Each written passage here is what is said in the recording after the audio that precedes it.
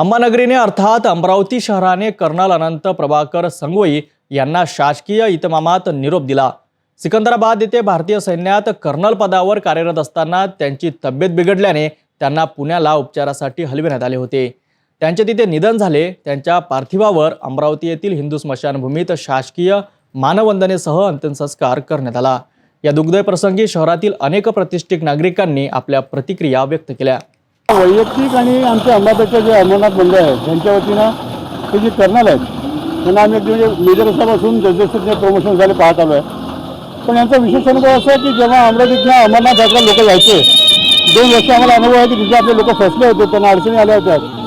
तर तिथला एक मिलिटरीचा बेस कॅम्पमध्ये हा मेन माणूस यांनी सगळ्या अमरनाथ मंडळाच्या लोकांची विशेष काळजी घेऊन काही लोक तर अडकले होते, रात्रीतून माहीत नव्हतं कुठे आहेत, अशा ठिकाणी यांनी स्वतः जातीने लक्ष घालून तिथल्या लोकांना काढून फक्त अमरावतीचे आहेत बा एवढं यांनी त्यांचं जे नातं होतं अमरावतीचं त्या इतकं अतूट होतं।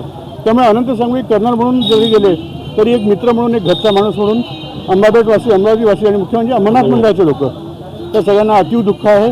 त्यांच्या मृतात्मा शांती लाभो एवढीच आज प्रार्थना करू शकतो।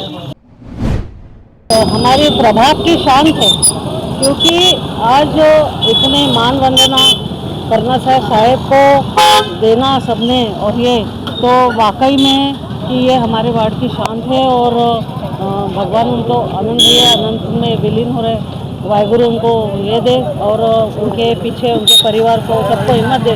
प्रवीण भैया तो हरदम अपने भाई का उनको बहुत नाज था कि मेरे भाई कर्नल है, और वाहिगुरु उनको शक्ति दे, पीछे परिवार को संभालने की शक्ति दे।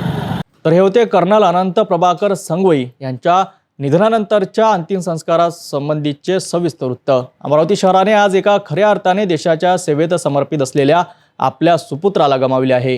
कर्नल संगोई यांनी भारतीय सेनेत बजावलेली अतुलनीय सेवा नेहमीच स्मरणात राहील।